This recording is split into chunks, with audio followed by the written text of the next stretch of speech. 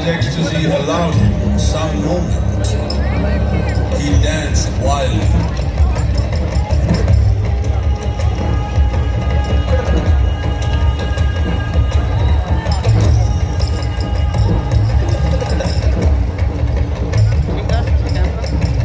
When intensity peaked, he became utterly still.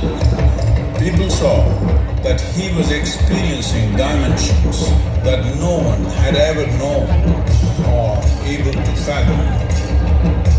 His ecstasy and intensity allowed him to transcend his physical form.